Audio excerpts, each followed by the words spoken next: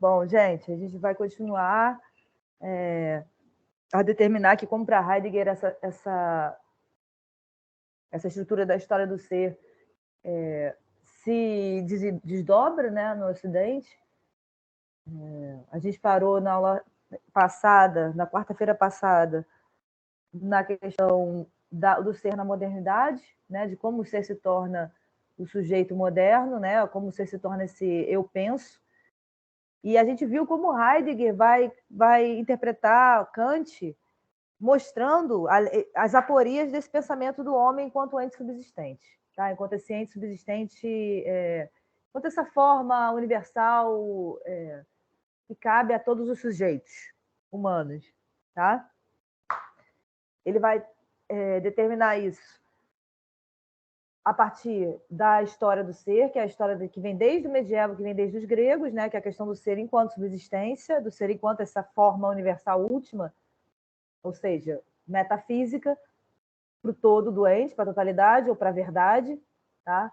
E vai mostrar como essa forma metafísica do ser enquanto essa totalidade absoluta, enquanto essa forma como que pairando sobre a totalidade dos entes, né, como uma forma universal e absoluta, como isso vai se transformando na história do pensamento moderno, do pensamento ocidental. Então, essa forma permanente, absoluta, essa verdade, essa busca por essa verdade absoluta, a busca por essa certeza absoluta acerca do ser dos entes, acerca do que seja verdade, tá? Que é uma busca essencialmente metafísica. Tá? Ela encontrou suas denominações nos gregos na ideia e na ousia, no medievo na essência, né, que é a substância medieval, que é a essência no ente, tá? A partir do Deus criador, a partir do Deus cristão, porque, como vocês sabem, a filosofia medieval, ela foi, como eu dei na outra aula, ela foi como que sequestrada, o pensamento grego foi como que sequestrado pela filosofia medieval, tá? O pensamento medieval também não se questionou esse fundamento metafísico, ele apenas seguiu o fundamento metafísico, enquanto a busca de uma verdade universal e absoluta, ou seja, para todos, tá? O que vai completamente contra a questão da intramundanidade heideggeriana, né? Que é a questão de que a verdade ela é livre, ou seja, ela pertence ao mundo, e ela, portanto, não poderia nunca ser absoluta. Mas essa é o fundamento da metafísica. Se a metafísica parar de pensar assim, ela deixa de ser metafísica, tá? Que é o que aconteceu na filosofia de Heidegger. Então, Heidegger vai questionar como esse fundamento formal e absoluto para todo doente, totalidade dos entes, se encontra na modernidade, esse fundamento se encontra no penso logo sou, no sujeito moderno, e esse sujeito moderno ele vai determinar, ou seja, representar a totalidade dos entes. Tá? Então, tudo que como eu só posso ter a certeza absoluta disso que eu sou, de mim que estou questionando, então eu sou a certeza absoluta, eu sou o próprio ser, tá? E tudo que existe fora de mim, que é um mundo externo, eu só posso representar, porque eu sou o quê? Linguagem, tá? Eu sou compreensão. Então, eu posso representar o que é uma árvore. Ela não me diz, ela mesma, que ela é uma árvore. Então, eu só posso representar o significado dela para eu poder lidar na vida. Tá? Isso para os modernos. Tá? Esse sentido da representação moderna para o todo doente, a partir do código cartesiano, a partir da certeza requerida, né, enquanto uma verdade absoluta, universal, tá? Já vem sendo requerido isso desde os gregos. No moderno, o pensamento encontra esse fundamento indubitável do penso logo sou, né, do código. E é isso que Heidegger vai tentar mostrar, resumindo muito, né? Eu sempre falo nas aulas, resumindo muito, porque são um estudo de anos e anos e anos, mas resumindo muito, é isso que Heidegger vai querer mostrar, que é o nosso processo de, entre aspas, falência, enquanto pertencentes ao todo, tá? Então, quanto pertencentes ao todo, a gente se coloca como sujeito de vontade, sujeito de conhecimento a partir da modernidade, tá? E o ente, a totalidade do ente, seja o outro até o próprio outro Dasein, seja as coisas, seja a natureza, esses entes vão ser considerados como objectum, para um subjectum, tá? Aquilo que está fora para o sujeito. Tá? Então, o ente passa a ser objeto, que não era a totalidade dos entes, né? Os entes se tornam, eles tomam essa classificação de objeto no mundo moderno, e esse objeto ele tem que ser disponível e servir a esse sujeito, índice de determinação de todo o real. Índice de determinação de todo o real quer dizer aquele que pode usar, manipular e fazer o que ele quiser com o todo, com a totalidade. Tá? Tanto a natureza quanto as coisas, quanto a técnica, né? Essa questão da técnica moderna em Heidegger, tá? Essa incondicionalidade, né, da consciência subjetiva fundada no código cartesiano, que nos determina até a contemporaneidade, tá? Essa incondicionalidade quer dizer o quê? Isso que não é condicionado por nada. Não é condicionado nem pela natureza, nem pelos deuses, nem por nada. Só por ele mesmo. Então, ele é incondicional. Ele é incondicional condicionante, ou seja, ele condiciona todo a sua pretensão.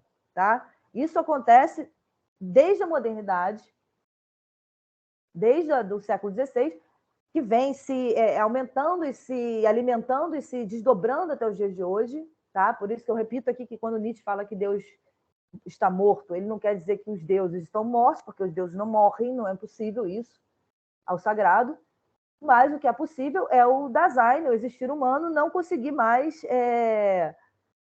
a partir da sua própria compreensão enquanto mundo de sentido, enquanto esse mundo de sentido da tecnociência, ou esse mundo de sentido do homem como o rei do universo, não conseguir mais qualquer, como é que eu posso dizer, inserção em alguma ancestralidade de sacralidade. Tá? É isso que Nietzsche quer dizer. Nietzsche não quer dizer em nenhum momento que não é para ter religião ou nada disso. Ele está dizendo que nós, atualmente, enquanto esses sujeitos de conhecimento e sujeitos de vontade, frente ao todo, enquanto esse ente que se... Deixa eu aceitar aqui. Enquanto esse ente que se coloca como o fundador do ser, tá? Ao contrário do que Heidegger vai nos ensinar, em que nós não somos fundadores de nada, nós somos a ocorrência do ser. Nós somos a ocorrência de compreensão do ser, do que é. Uma ocorrência. Tá? Nós não somos nós que pomos o ser. Mas a pretensão moderna era essa, a pretensão que, segundo Heidegger, da ciência moderna e da técnica moderna, são a partir dessa pretensão do homem enquanto senhor do todo. Tá? Isso não existia na época medieval e menos ainda na época grega. No entanto, repetindo, o pressuposto metafísico permaneceu incontestável ao longo da metafísica, tá? Que é o pressuposto de um conhecimento universal, uma verdade universal, permanente e que tem que ser aplicada a todos os mundos. Né? Não é à toa que Hegel dizia que o pensamento da história do ser, da história da fenomenologia do espírito, é, na verdade, o fim de uma evolução. Né? Como se qualquer pensamento fora disso não fosse evoluído. Né? Então, o que Heidegger vai contestar é que não, tá?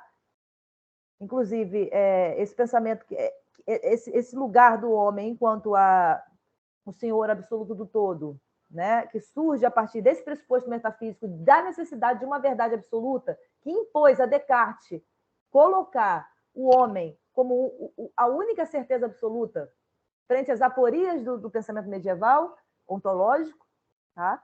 E se lembra que a gente falou da essência e da existência, que uma oscila para um, oscila para o outro, porque a essência não é nada pairando sobre nada e tudo fica oscilante, tá?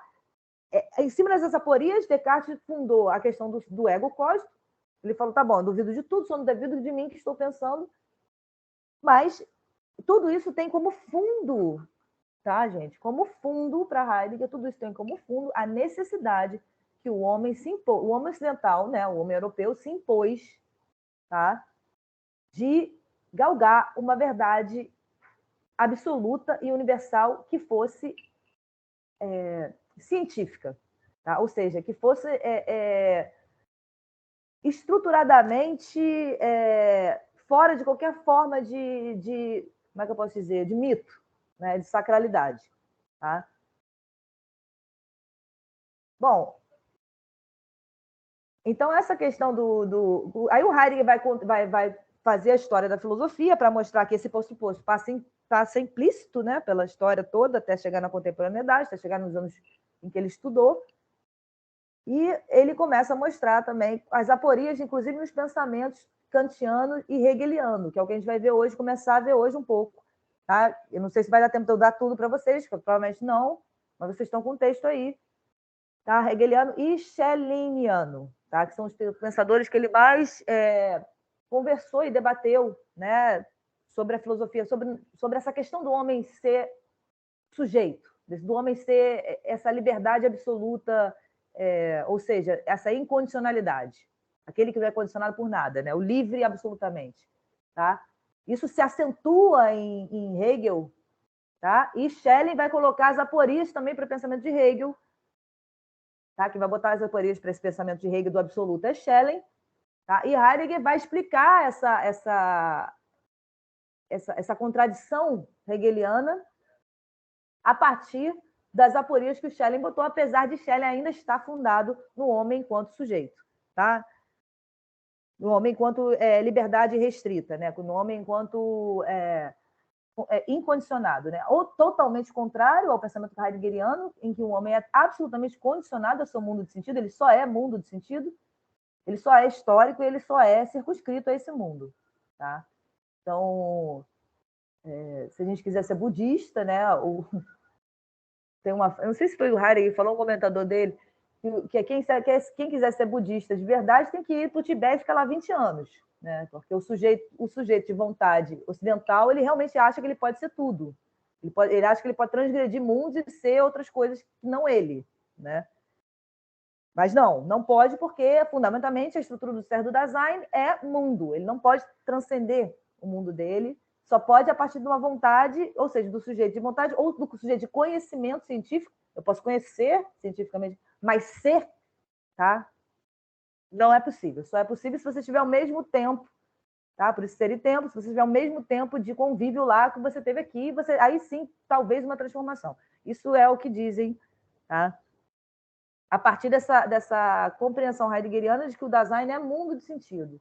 Ele não é um sujeito universal que pode tudo até o absoluto, tá? Conhecer todo o universo até o absoluto e buscar e tentar essa verdade absoluta, essa verdade universal, que ele nunca vai conseguir.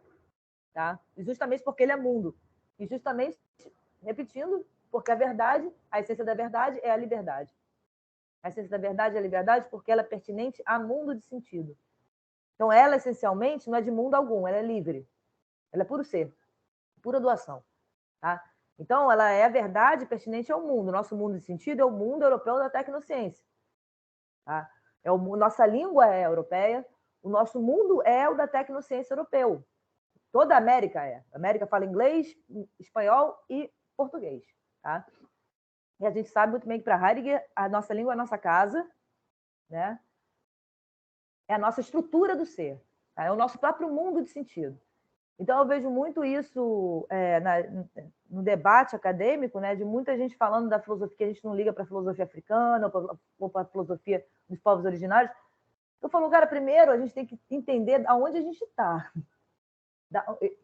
Eu olhar para essas filosofias a partir do escopo da filosofia europeia ou da antropologia, que também é europeia, eu não estou saindo do meu mundo de sentido. Eu estou com óculos da tecnociência europeia, que é a filosofia e a antropologia. Tá? Então, assim, não estou desmerecendo, estou só dizendo que esse debate está muito efervescente hoje na academia, que a gente tem que conhecer menos Hegel e mais não sei o quê, menos não sei o quê. Bom, a questão é que, primeiro, a gente tem que saber que água a gente está nadando.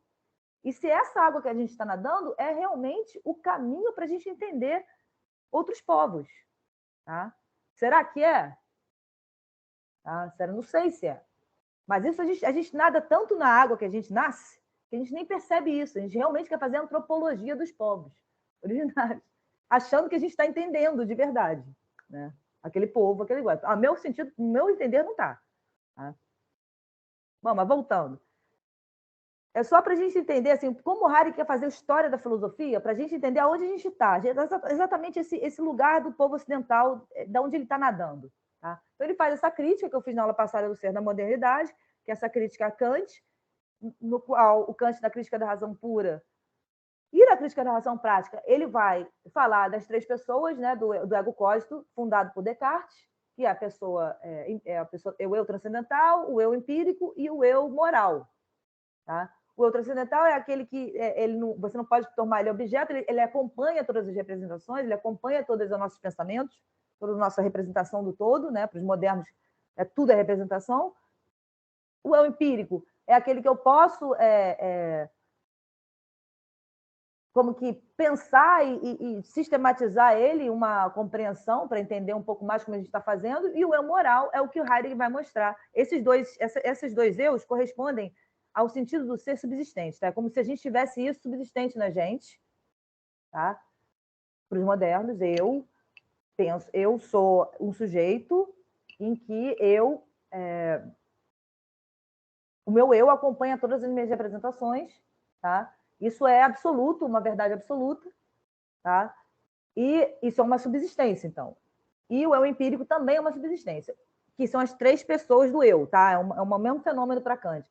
E o eu moral, que é quando Heidegger vai mostrar a aporia, porque Heidegger vai falar assim, tá bom, mas como é que pode ser duas coisas, como é que pode esses dois momentos desse fenômeno do eu serem subsistentes se esse terceiro não? Qual a conexão disso? Se um é e o outro não é? Se um é fluido, fluxo, e o outro é permanente, fechado e como uma pedra, né? Então, Heidegger vai colocar essa aporia porque Kant vai mostrar pela pessoa moral como que o homem ele é somente em curso, ocorrência em curso, tá? Abertura em curso, que é o que parece que Kant está fazendo, e Heidegger vai mostrar essas aporias do sujeito em Kant, tá? Justamente para mostrar, porque ele quer mostrar que o Dasein nunca vai ser essa subsistência. Tá? A gente não existe essa subsistência para a gente é por ser o tempo todo, a gente é o tempo todo por fazer, o tempo todo abertura, o tempo todo compreensão, ou seja, qual é o ser da compreensão? Afundamento. Tá? Por mais que a gente queira, no nosso cotidiano, como é que eu posso dizer, encerrar, cansar, sei lá, não quero mais entender, não quero mais pensar. Não importa, tudo que você faça é fruto da compreensão. Tá? E essa compreensão, ela tem, lembra que eu falei lá no pensamento grego, ela tem milhões de fenômenos nela. Tá? Você tem que compreender, para você compreender uma ideia de qualquer coisa. Ah, não quero me desligar, quero ver, sei lá, novela, não importa. Para você entender qualquer coisa em qualquer lugar, tá? Você já tem que ter a compreensão pré-ontológica, ou seja, pré-temática, não reflexiva, da história do teu povo, tá? Dos entes que surgiram naquele povo, referentes à necessidade da lida daquele povo, tudo isso está incutido na compreensão humana. Bom, para Heidegger. Então, o que ele vai fazer é mostrar agora, depois de mostrar no Problemas Fundamentais da Fenomenologia, que é a obra que ele fala de Kant. Ele fala de Kant em várias obras, mas eu prefiro essa obra porque ele mostra bem essa aporia, né, do ego cógito cartesiano em Kant. Tá? Então, o ser é pensado... sim. Tá? Então, ele diz... Heidegger diz, a aletheia, né, que é a verdade, enquanto clareira, logo desemboca na perspectiva da adequação, no sentido da concordância entre o representar e o que representa. Tá? Então, a questão da verdade, que para os gregos era mistério, ainda tinha um lugar do mistério, ainda tinha um lugar do oculto nela, ela se torna, desde o medievo, até principalmente na modernidade, o lugar da certeza, do claro absoluto. Tá? Esse claro absoluto, ou seja, da ciência como uma verdade universal absoluta, que a tecnociência, né? Que deve ser aplicada a todos os povos, tá? Obrigatoriamente, porque isso é universal, uma verdade universal, então tem que ser aplicada a tudo. Tá? Então, ele diz, deixa eu ver aqui, ser e tempo já começa com a solução provisória, tá. Heidegger pode ter abolido o sujeito, pois com a estrutura Dasein supera a subsistência por ser, sim, ser e tempo com a estrutura Dasein, ele supera essa subsistência, né, esse eu permanente, tá, frente ao movimento da vida, ele supera isso, tá, mostrando, que a gente vai ver nas próximas aulas, mostrando como o Dasein ele é só abertura, tá, e ele só é aquilo a que ele se referencia, ele não é nada antes disso, tá? Supera a subsistência para o ser, mas o ser é sempre compreensão do ser. Contudo, o ser, em ser e tempo, não é suposto a partir da presença como entidade doente. Entidade doente é o que eu falei, é aquela presença universal absoluta buscada pela metafísica, tá? O ser em ser e tempo não é suposto a partir do ser, né, como entidade doente, mas a partir da temporalidade. Porque é a partir da temporalidade da compreensão, tá? Então não tem verdade absoluta nenhuma, tem só história, tá? Historicidade, né? Não historiografia, historicidade. Por que não historiografia? Porque historiografia é aquilo que você estuda uma coisa que já passou, né? Ah, não, eu vou estudar aquilo que já passou e aquilo não tem fundamento no meu existir hoje, tá? Isso é muito diferente da historicidade que Heidegger fala. A historicidade de Heidegger é de acordo com o fenômeno da compreensão, que é temporal, né? A projeção sobre o que vem, a contínua projeção da compreensão sobre o que vem sendo de sentido que funda o que é presente, que funda todo ente, tá? Segundo isso, não há como você buscar uma verdade absoluta para o todo, tá? Você tem permanências na lida cotidiana, porque você precisa de permanências de uma teoria na sua lida cotidiana, mas essa não é a verdade do ser. Isso é necessidade da lida para que nós possamos sempre retornar a essa ideia, retornar aquilo, essa ideia esteja disponível, ou seja, esteja permanentemente disponível para que eu possa retornar nela, para que eu possa ser na lida, tá? Mas isso, o que o Heidegger quer mostrar é que essa permanência que é na lida, em vista do poder ser do Dasein, ela não pode se arvorar a tentar ser uma verdade universal para todos os povos, uma única verdade, tá? Uma única permanência, uma verdade absoluta. Isso é perceptível na medida em que o ser se oferece enquanto essa ou aquela perspectiva do ser, em cada mundo. A gente hoje não tem muito como ver isso, porque a razão, lógico, ocidental, ela está tão planificada pelo mundo que é muito difícil você conseguir ver algo fora desse mundo de sentido, tá? Você vai no Japão, tá igual Nova York, tá igual São Paulo, tá igual, né? Você vai na China, que tá igual a Rússia, que tá igual, sei lá, a Índia, que tá igual aqui o Brasil, assim, em termos de fundamento de... Claro que cada país, cada lugar tem sua particularidade, ainda assim resistente, graças aos deuses. Mas, em termos de ter que corresponder àquele mundo, ainda assim prevalece o mundo da tecnociência, tá? Que é o mundo ocidental europeu. Então, quando a existência passa a ser isso aquilo, o ser se faz conceber, é o ser que se essencia. A cada vez que o ser se essencia, ele se essencia uma função de uma verdade destinada. Ele se essencia, o ser é, tudo que é desde uma verdade destinada interior a um povo, tá? Nesse sentido, se quisermos abordar esta ou aquela filosofia, temos que, portanto, abordá-la como um momento histórico do ser.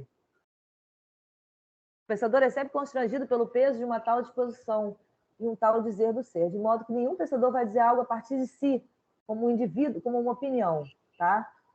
Ou a partir de um insight particular, espontâneo e condicionado. Até porque, segundo Heidegger, não tem esse sujeito incondicionado, tá? Então, um pensador não vai falar sem mundo ou algo não histórico sobre o ser. Ele sempre vai dizer o ser já constrangido pela disposição vigente da verdade estabelecida, do sentido do ser estabelecido. Ainda que ele não seja questionado, ainda que ele não seja visto, tá? Que é o sentido metafísico do ser. E todo grande pensador oferece uma abertura e um fechamento próprios em função dessa verdade prevalecente destinada. Então, Então, para Heidegger, essa verdade prevalecente destinada à metafísica, né, de uma formalidade da busca de uma verdade absoluta, universal, ela não foi questionada, não foi nem vista para Heidegger. Tá? Isso foi passando de época em época, em época, em época, como fundamento do ente no todo, mas isso mesmo não foi questionado.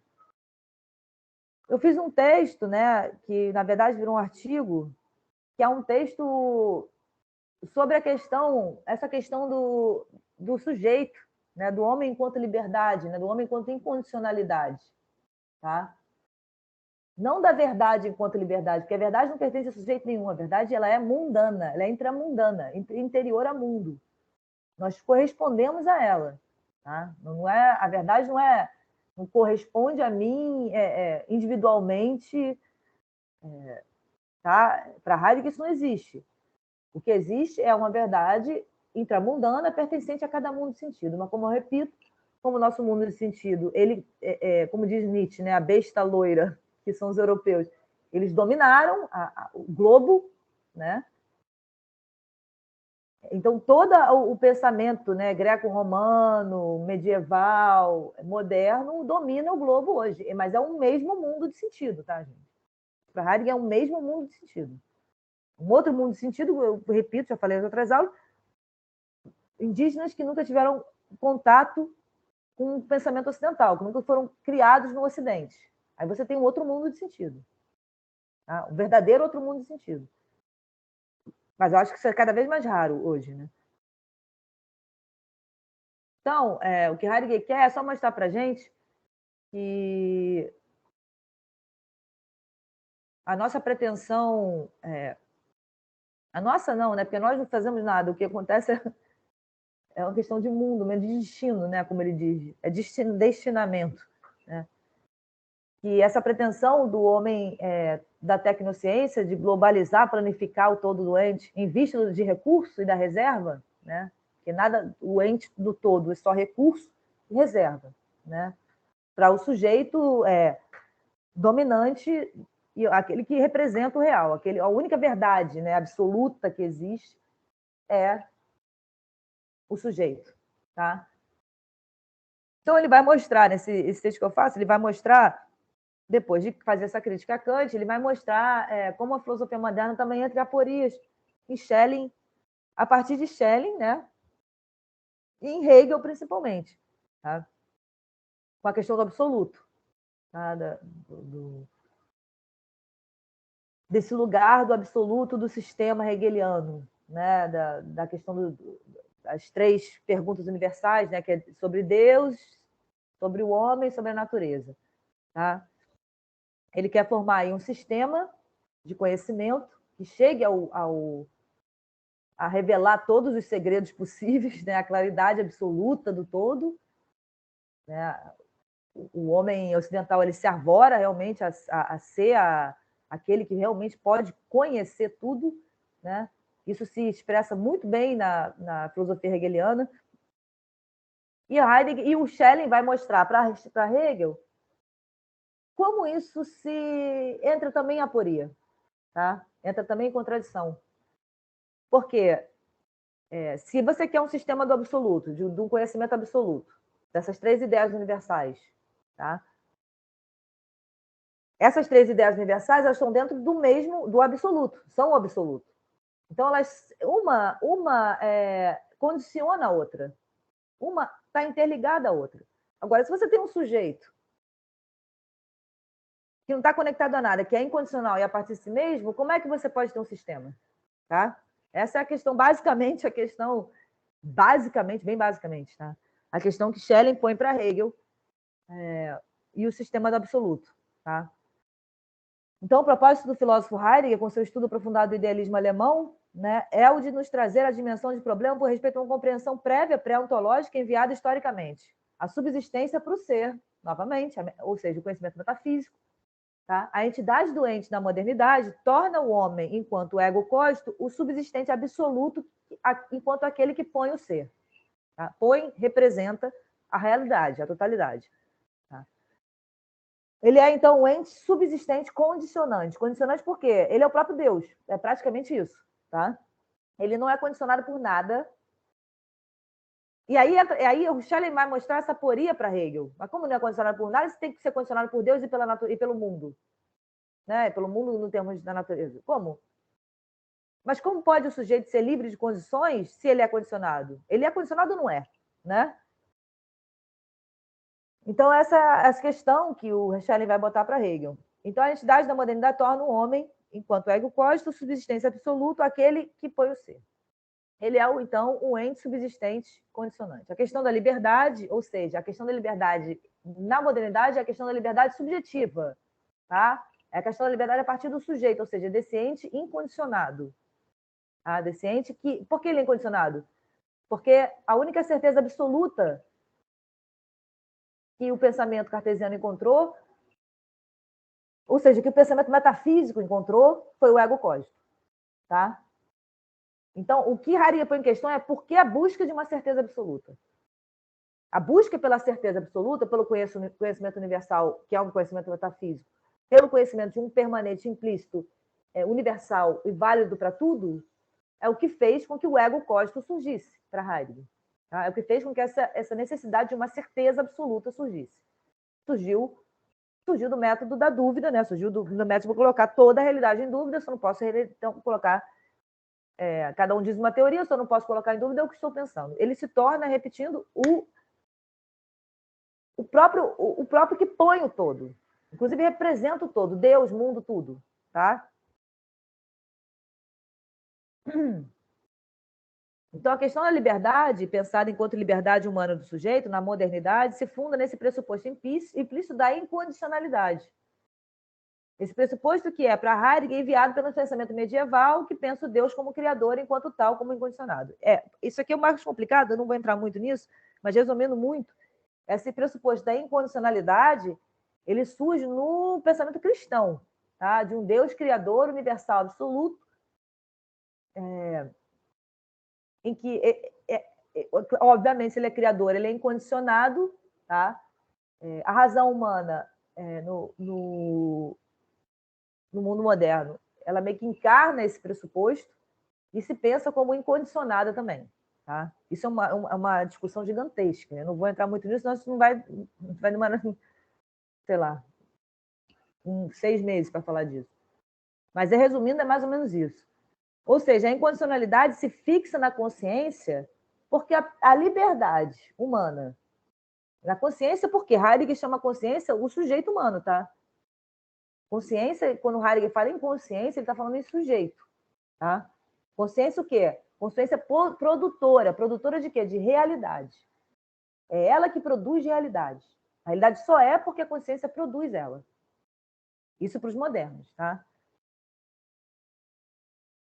Então, ou seja, a incondicionalidade se fixa na consciência porque a liberdade pensada na espontaneidade foi atribuída desde medieval ao Deus Criador, que, enquanto tal, não poderia ser condicionado por nada além dele mesmo. A pureza metafísica suprassensível medieval do Deus judaico-cristão, diferentemente da metafísica grega, tá? Porque essa pureza suprassensível absoluta, ela foi imposta pelo pensamento, foi imposta quando o pensamento medieval sequestrou o pensamento grego e colocou na cristandade isso, porque a metafísica grega era a metafísica sobre os entes na natureza, tá? Ou sobre as questões humanas fundamentais.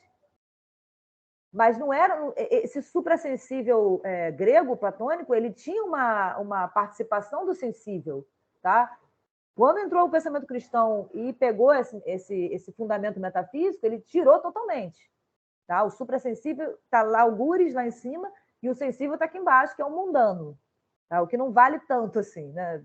O que vale mais é o que está lá em cima, sei lá onde. Então, a pureza metafísica suprassensível do Deus medieval, do judaico-cristão, sua incondicionalidade universal e absoluta, é para Heidegger um pressuposto herdado pelo pensamento moderno quando o ser deixa de ser esse suprassensível puro, que é o Deus cristão, e através da dúvida frente à imposição da verdade já requerida enquanto certeza pela metafísica, enquanto certeza absoluta, passa a se fundar onde? Na consciência. Do sujeito que também começa a se querer enquanto razão pura. Daí Kant fazia a crítica da razão pura, tá? Incondicionada. Justamente porque a crítica da razão pura de Kant, ele vai querer mostrar que se sou eu que ponho o real, se só a única coisa que existe sou eu, se sou eu que se tudo que existe só existe porque existe linguagem, porque existe compreensão. Se tudo que existe só é uma representação dessa linguagem, então o que está fora disso eu não posso conhecer, tá? Que é o ente em si que o Kant chama, tá? Então ele faz uma crítica dessa razão pura, incondicionada, através desse argumento. Então o sujeito moderno ele se torna tal que o ser deixa de estar no mundo, né? Como estava nos gregos ou nas ideias suprassensíveis, mas não no sentido do absoluto suprassensível, né? Ideias que estão sempre em participação com os entes, né? O sujeito moderno se torna tal e onde o ser deixa de estar no mundo ou em Deus para estar na representação da consciência, na produção dessa. E assim o homem se torna um ente que põe toda a realidade e representa. Na obra Schelling, da essência, Schelling, entre aspas, a obra de Heidegger chama Schelling, da essência da liberdade humana. Tá? Ele tem um livro sobre o Schelling, que só tem para o inglês. Eu não tenho em português ainda, esse aqui. Tá? É do Martin Heidegger.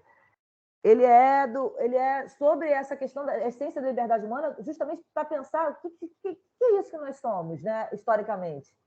Essa essência da liberdade humana quer dizer o quê? A essência do homem enquanto sujeito. A essência disso que nos é estrutural no nosso ser. Tá? Heidegger delimita o conceito de liberdade pensado a partir do homem enquanto subsistente, a consciência incondicionada, né? O homem como subsistente enquanto uma consciência incondicionada no mundo de entes subsistentes, em que eu entro em relação, né? Ou seja, o sujeito com objetos, tá? Para compreender como ser foi o pensamento propriamente pensado em seus pressupostos, tá? E herdado pelo idealismo alemão. A liberdade é pensada pelos modernos como a liberdade do eu enquanto pessoa, indivíduo, espírito. Quando falo do espírito, que tem um corpo, em um corpo animal determinado pelas leis da natureza, tenho que colocar a liberdade também em questão por respeito às determinações desse espírito, a determinação natural da pessoa. Então, o mundo é pensado por respeito à pessoa e a pessoa é espírito. Corpo em um mundo externo, espírito versus natureza. Liberdade humana, sujeito. Tá? É um resuminho, assim, que, na verdade, é para a gente pensar como que isso se estruturou, né? Como que o homem se tornou... Você não pode dizer que o homem é um sujeito de consciência, de vontade da tecnociência e um outro povo. No povo indígena que não tem contato com o mundo ocidental. Você não pode dizer que ali se tratam de sujeitos humanos. Não. Porque o ente, para ele, com certeza, não é objeto. Tá? Então, a gente está falando de um momento histórico do nosso povo, da nossa herança enquanto seres humanos. Para Heidegger, nós somos isso aqui. Nós somos esse sujeito de vontade, esse sujeito de conhecimento, esse sujeito de tentativa de conhecimento absoluto do todo doente através da tecnociência. Tá? Porque é o instrumento que a gente tem de controle. Tá?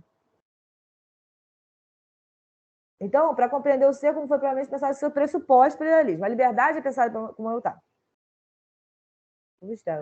A liberdade, que é pensada pelos modernos como sendo o próprio sujeito, tem que, enquanto um tal subsistente, ser também reportada ao mundo subsistente fora dela.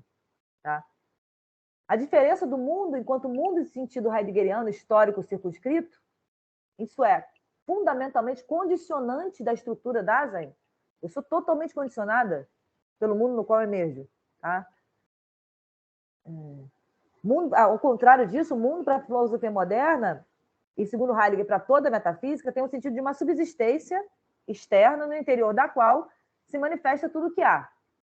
Tá? No mundo, há pessoa, natureza, coisas. E o mundo é esse todo de subsistências, não no sentido da soma das coisas, mas na totalidade das determinações de cada ente, possíveis desse ente. Tá? Então, o mundo é pensado como uma coisa física fora de mim, e eu sou pensado como uma coisa física que tem faculdade da razão. É assim que nós nos pensamos. É assim que a gente, para Heidegger, é assim que a gente... nosso relacionamento, terrível essa palavra, o nosso reportamento, nossa reportação, né? Ao ente na totalidade, ao todo do ente, a totalidade do ente, seja o outro Dasein, seja o ente da física, da natureza, é uma reportação nesse molde, tá? Do interno frente ao externo, sendo esse interno o sujeito de conhecimento, de vontade, índice de determinação do todo real, e o externo, o objeto, que deve me servir, principalmente enquanto recurso e reserva. Tá? Então, Heidegger ensina que para o idealismo alemão, e isso que eu estou falando, por que eu estou buscando o idealismo? Porque o idealismo é o que nos fez propriamente ser o que a gente é hoje. Tá? O idealismo alemão, inglês, tudo bem que os ingleses são mais pragmatistas, mas também estão fundados nesse fundamento do sujeito, tá? Do conhecimento enquanto objeto do conhecimento. Tá? Então, porque Heidegger se aprofunda nisso, nessa questão do idealismo, não é porque a gente tem que conhecer Hegel por uma historiografia, o que eu vi outro dia numa palestra, a gente tem que deixar de conhecer Hegel, conhecer mais outros filósofos. Eu falei, gente, a gente tem que conhecer o que nos estrutura enquanto seres humanos, enquanto humanidade ocidental. Tá? Não importa quem seja, importa que o idealismo alemão ele estruturou o homem, segundo Heidegger, né? Estruturou o homem como ele se coloca hoje frente a todo o conhecimento, frente ao outro design, frente à natureza. Tá? Então, todo o conhecimento todo o conhecimento escolar que a gente tem, para Heidegger, está fundado nesse pensamento, tá? Do idealismo. Tá? Então, Heidegger ensina que para o idealismo, todo conhecimento já sempre pressuposto pelo mundo, enquanto ente, subsistência e relação, está limitado à forma estrutural, da estrutura racional representativa do saber, e isso tem que ser absoluto e para todos. Tá? Então, essa estrutura racional, lógico-racional, matemática. Matemática, ele vai falar muito disso em todos os textos de Heidegger. Matemática não no sentido de fazer conta, tá, gente? Matemática no sentido do pensamento calculador. O pensamento é como uma máquina, tá? O pensamento calculador frente ao todo. Esse pensamento calculador frente ao todo tem seu fundamento, tá? No sujeito enquanto senhor do real, que quer o domínio do real, quer dominar o todo. Então, ele domina o todo através do pensamento calculador. Tá? Esse pensamento calculador que o Heidegger chama de matemático, tá? Porque você pode ter pensamento calculador na sociologia, pensamento calculador nas ciências sociais, não é a questão de exatas, tá? É o pensamento é a forma que ele chama de Gestell, tá? Que ele chama de aquilo que está é a forma do pensamento moderno se colocar frente ao todo. Isso que nunca a gente vai ver, nunca posto em questão, tá? Não o conhecimento enquanto a perspectiva de cada mundo sentido, mas para Kant, por exemplo, a perspectiva é sempre a perspectiva da própria intuição racional de mundo. Já é uma absolutização do conhecimento, já é uma absolutização da... Como é que eu posso dizer? Da forma do pensamento. Limitada, por um lado, por respeito à representação, pois Kant ainda pensa, né, a não absolutização da razão, quando ele faz a crítica, interditando esse absoluto com a coisa em si. Ele fala, tá bom, eu só posso conhecer a representação, eu só tenho a representação dela, não tenho ela em si, né, da coisa. Mas também, por outro lado, é universal. A busca da metafísica por essa verdade universal, ela não cessa quando Kant pensa isso. Não posso conhecer o ente em si, quando Hegel fala assim, posso sim, né, que aí ele vai galgar a questão do absoluto. Mesmo assim, está todo mundo no mesmo barco, que é o barco da verdade universal, ou seja, tem que ser para todos os povos. Os povos que não têm isso é porque não está evoluído o suficiente. Tá? Ela é universal e ela é atemporal. Essa busca eterna, que Heidegger fala eterna da metafísica. Eterna não, porque eterna é de um povo só isso, né? Que é o nosso povo da tecnociência europeia, que se iniciou lá nos gregos. Tá? Mas essa busca da verdade universal é o que também funda tanto o pensamento grego, como funda o pensamento medieval, como funda o pensamento moderno, como funda o pensamento do idealismo. Como funda o pensamento de Nietzsche. Tá? Quando Nietzsche diz que o ser, que a totalidade é a vontade de poder. Tá? Ele também está dizendo... ele também está dando uma determinação, segundo Heidegger, vai ter muita crítica em cima disso, ele também está dando uma determinação metafísica para o todo doente. Tá?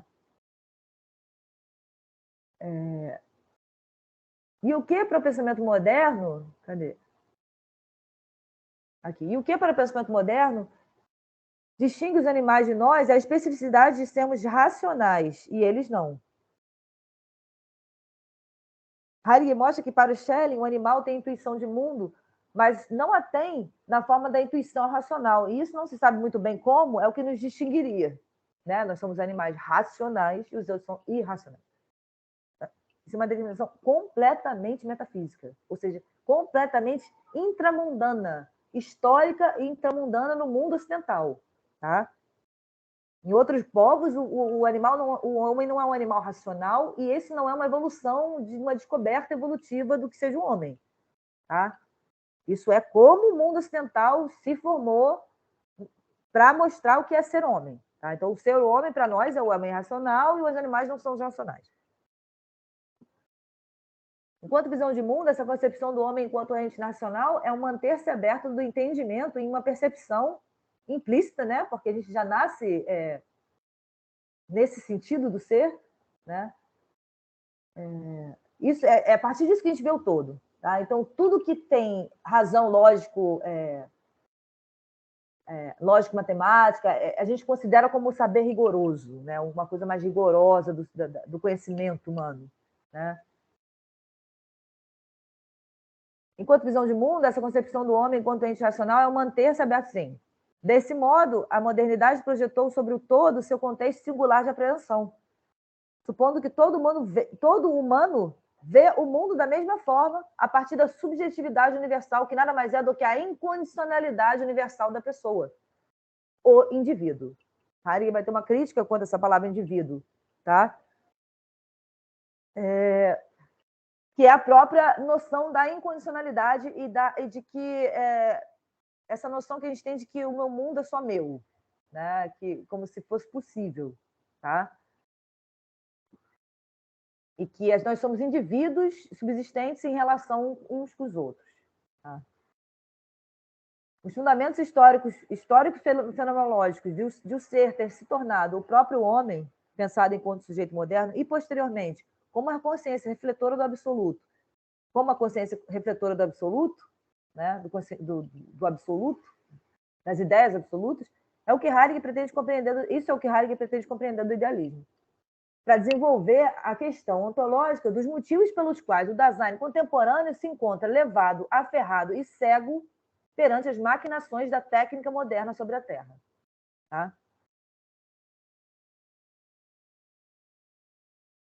Ele também quer mostrar, com tudo isso, que mesmo o próprio sentido de liberalismo, esse liberalismo que está fundado para Heidegger nesse sentido do indivíduo, desse indivíduo incondicionado e condicionante de todo real, tá? O liberalismo é, para ele, a subsistência do ser do homem enquanto individuação, incondicionalidade, autonomia, espontaneidade, tá? Isso significa a liberdade humana na modernidade. Então, esse sentido de liberalismo surge precisamente a partir da concepção do ser enquanto sujeito livre de condições, sejam divinas, sejam mundanas, um sentido para o ser que emerge histórico e primeiramente em Descartes, uma vez que a verdade foi exigida pela filosofia enquanto certeza. Tá? Então, Heidegger vai dizer, ele vai dizer acho que no... Está aqui, tá, a referência está embaixo, mas ele diz assim, essa, entre aspas, visão de mundo anticristã, parece, né, que o sujeito se coloca contra o Deus cristão, né? Essa visão de mundo anticristã é apenas aparentemente não cristã, pois ela concorda de qualquer forma em essencial com aquele modo de pensar que caracteriza o liberalismo. Tá? Porque, segundo ele, essa noção da incondicionalidade para o ser foi posta pelos medievais pelo Deus judaico-cristão. Tá? Uma vez que a liberdade está implicada na subsistência incondicionada do sujeito, em ambas as visões do mundo. Tá? Tanto na medieval quanto... Não, tanto na medieval enquanto Deus criador, quanto no ser humano, na modernidade. Para Heidegger, esse conceito de liberdade na modernidade passa a ser um conceito ainda mais problemático, porque nenhum conceito pode ser delimitado sozinho. Todo conceito implica na inserção, na articulação a um contexto conceitual. Acontece que o conceito de liberdade é um conceito médio, predominante, de modo que ele não pode ser um conceito que derive de outro conceito. Ele é como o centro do sistema. Tá? Heidegger diz, o conceito de liberdade, da liberdade humana, né, que seria a liberdade do sujeito na modernidade, não é somente um conceito entre outros, os quais têm, de algum modo, o seu lugar no sistema, nesse sistema do absoluto, do conhecimento do absoluto. Antes, se ele tem de todo, realidade, ele é um ponto médio prevalecente no sistema. Ele está querendo dizer o quê? Que nesse sistema de conhecimento do absoluto, que é o sistema do conhecimento do Deus, do homem e do mundo, tá? O homem enquanto liberdade, enquanto sujeito, o Deus enquanto Deus suprassensível, tá? E o mundo enquanto a natureza, o homem, a liberdade, ela, enquanto um conceito médio, ela se põe em contradição ao sistema, porque ela se põe enquanto incondicionada, e no sistema ela teria que ser condicionada por Deus e pelo mundo. Tá? Um sistema que se pretende esse sistema do conhecimento absoluto. Uma ideia dessas ideias originárias, elas estão, como posso, dependentes uma da outra. Então, como é que a liberdade pode ser incondicionada no sujeito se ela é dependente? Como é que o homem pode ser incondicionado se ele é dependente? Né? Então, Heidegger vai botar toda essa questão do sistema, né, de como o Schelling critica o sistema hegeliano, tá? Sim, para os modernos não há nada que experimentando já não seja segundo a ordem da representação dirigido por representações originárias. Então, não tem nada que a gente experimente para os modernos que não seja já dirigido pelas representações originárias. Tá? E são os fatos primeiros da razão, que é Deus, mundo e liberdade, ou seja, Deus, mundo e homem. Tá? Isso que se configura na ideia moderna de sistema. Heidegger propôs o seguinte acerca da problemática imposta por Schelling, que é da contradição entre o conceito de liberdade, tá? Enquanto isso que não é condicionado a nada, e o sistema que, enquanto tal, tem que condicioná-lo, discute a questão da liberdade. Heidegger, então, discute a questão do sujeito, né? Enquanto essa liberdade, por respeito à possibilidade ou não desse sistema. Pois a liberdade é tomada como um conceito central, a liberdade humana, né, tomada como, ou seja, a incondicionalidade humana, era tomada como um conceito central na apreciação do sistema. Tá? Então, a questão do pensamento do idealismo é da estruturação da conceitualidade, como é possível formar saber. E a liberdade entra como uma questão central, porque a liberdade seria o modo insígne do ser. Tá? Então, na verdade, o que ele está querendo mostrar é complicado isso, assim, mas isso, ainda assim é resumido o que eu estou falando aqui, mas assim, o que ele está querendo mostrar é que, para Schelling, apesar de Schelling ainda fundar a questão da liberdade no sujeito, ele põe uma aporia, uma contradição para o sistema hegeliano do absoluto, tá? Do conhecimento absoluto. Mas ele quer chegar, por que ele quer chegar nessa questão, né, Heidegger? Ele quer chegar nessa questão porque ele quer mostrar que não tem esse sujeito incondicionado. Ele quer mostrar que a liberdade humana ela não é incondicionada, porque a liberdade não é humana. Ela não é pertencente a um sujeito individual. Ela é a condição do próprio ser. Tá? Nós somos atravessados por isso, para Heidegger. Nós somos atravessados pela liberdade, nós somos atravessados pela verdade, nós somos atravessados pelo ser, nós somos atravessados, resumindo, pela compreensão do ser. Tá? Nós somos completamente condicionados, não tem nada de incondicionado na gente, tá? Pelo mundo em sentido histórico e circunscrito no qual nós emergimos, e nós somos totalmente condicionados pela ótica, né, pela perspectiva da tecnociência europeia, tá? Da tecnociência do sistema de conhecimento, tá? Fundado na ciência. Eu repito, gente, a crítica de Heidegger, a questão do conhecimento não é uma crítica de querer relegar a ciência num lugar ruim. Não, você está mostrando que não é absoluto. Que essa questão metafísica de buscar a verdade absoluta, ela é verdade no mundo de sentido, que é o nosso mundo de sentido, porque a verdade pertence ao nosso mundo, e nós vivemos essa verdade. Mas o que ele está dizendo é que, justamente pela verdade ser livre na sua essência, essa não é a única verdade acerca da essência humana, tá? É uma verdade histórica, ou seja, ela tem um fim, ela vai ter um fim. Ela é finita, assim como o ser. Tá? Então, o ser, a verdade e o ser são finitos, são interiores ao mundo e são históricos. Tá? Isso não é uma verdade absoluta. A gente precisa disso para aquilo, daquilo para aquilo, aquilo para o outro. Mas isso não é a essência do ser. Tá? Isso não é a essência do ser humano. Tá? Como é colocada como a essência do nosso ser, porque toda a nossa vida a gente dedica a isso. Tá? toda a nossa vida a gente dedica a estudar, a conhecer, a fazer, né, dentro dos moldes da ciência. Tá? Tá certíssimo, porque a gente precisa disso. Agora, essa não é a essência da existência. Tá? Só isso que Heidegger quer colocar para a gente. Não é uma questão de negação, é uma questão de que tudo tem seu lugar. Tá? Então, a tecnociência ela tem seu lugar, ela tem que ser criticada no momento em que ela está num ascendente de destruição muito gigantesco, fundado nesse sujeito de vontade senhor do todo, tá? Aí sim você tem que botar em crítica, que é a crítica de Heidegger pela técnica, nos textos dele sobre a técnica moderna, tá? Mas ele não está negando.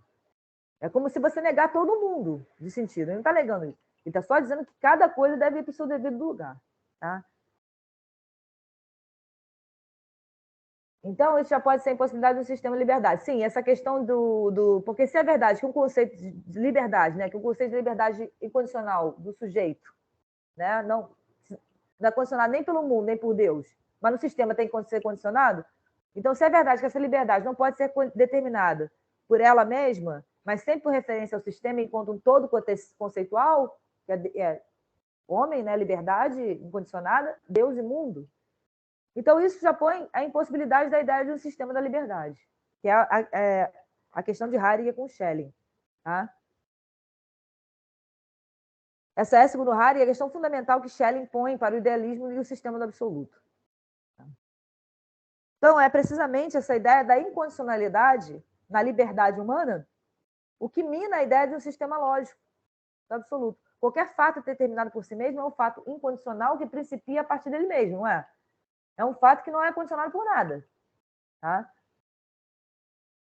Então, Heidegger diz, abre aspas, a liberdade exclui o retrocesso à fundamentação. A liberdade exclui o retrocesso à conceitualização, ou seja, ela exclui o retrocesso a essa condicionalidade do sistema. Ou é sistema ou é liberdade. Você não pode ter um sistema da liberdade. Tá? Então, ele diz, a liberdade exclui o retrocesso à fundamentação. O sistema, em contrapartida, exige a conexão contínua de uma fundamentação. Então, ele está botando aqui as aporias do sistema hegeliano. Tá? Então, a liberdade humana ela exclui, enquanto incondicionalidade, o retrocesso, pois exclui a fundamentação, que é a lógica do sistema, na qual o conceito deve retroceder a uma fundamentação por outros conceitos. Já que a liberdade é pensada como incondicionalidade do sujeito, e o sistema é pensado como uma necessária retroação de conceitos, então não tem como ter a pretensão desse sistema. Tá? Para Heidegger, Schelling vai contra Hegel nesse sentido, mostrando que a liberdade não cabe à ideia de um sistema, já que a liberdade é ela mesma seu próprio fundamento. Tá? Heidegger diz, né, ele mostra que quando Schelling vislumbra a impossibilidade de um sistema da liberdade, ele, de certa forma, derruba o sistema de Hegel. No sistema da liberdade, sempre lembra, quando eu falo liberdade, estou falando de liberdade do sujeito, tá?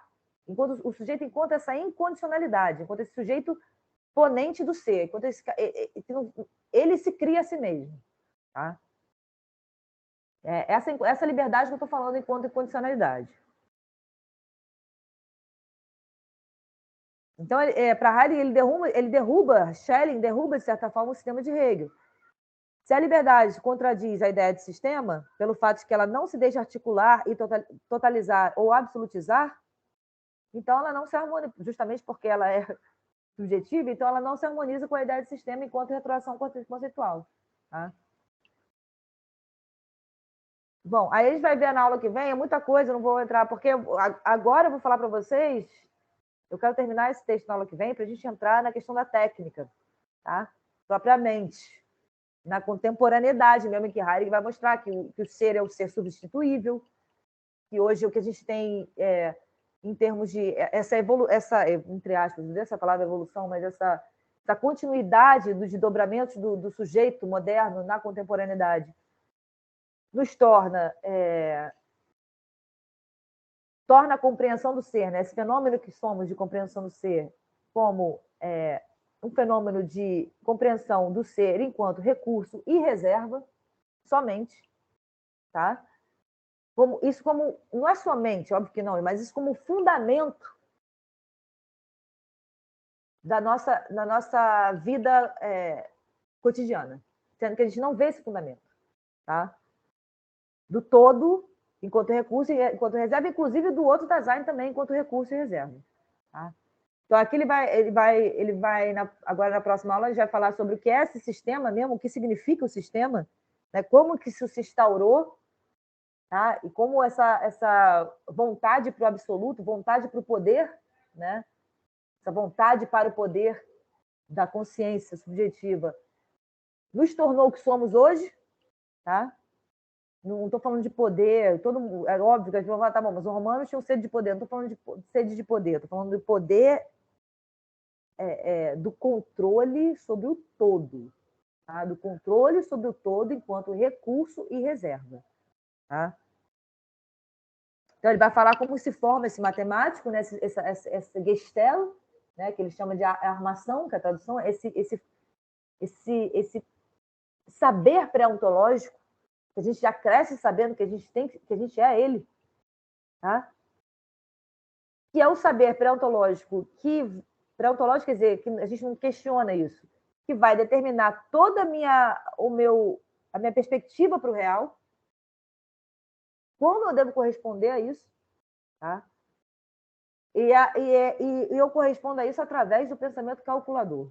E é o pensamento calculador que deveria se restringir ao que ele se propõe, que domina todas as esferas da existência humana, segundo Heidegger, tá? Hoje. Então, ele vai mostrar para a gente como é que esse saber enquanto matemático, né? Esse saber enquanto cálculo, se torna o propulsor da técnica humana, a base, né, da técnica, né? A base do fazer humano sobre o todo. Tá? E as condições históricas, né? As condições históricas dessa verdade do ser se tornar, segundo Heidegger, como o ser se torna, todo o que é se torna a técnica, se torna o todo o que é tem de fundo essa compreensão do ser de que é recurso para reserva e para eu ter recurso e reserva, o pensamento o tipo de forma do pensamento que eu preciso para isso é o pensamento calculador, tá? É o que ele vai chamar depois de maquinação, que é o próprio sentido de Gestell também, que é o pensamento maquinal, tá? É a compreensão maquinal do todo. Gestell quer dizer essa perspectiva prévia na qual você nasce e tem que reproduzi-la, sem você saber, você reproduz, né? E esse pensamento, segundo Heidegger, que a gente reproduz, que a gente, na verdade, nós somos isso, é o pensamento maquinacional, da maquinação. É isso que a gente vai ver na aula que vem. Eu espero terminar e espero já entrar também, fazer mais uma aula da técnica moderna e fazer depois, se conseguir chegar no final, qual é a saída de Heidegger para esse nosso dilema, né? Do ser humano enquanto senhor do todo. Qual seria uma saída para isso? É assim que eu acho assim que eu penso que ele estrutura a história da questão do ser, tá? Que é a história da questão metafísica. É isso, gente.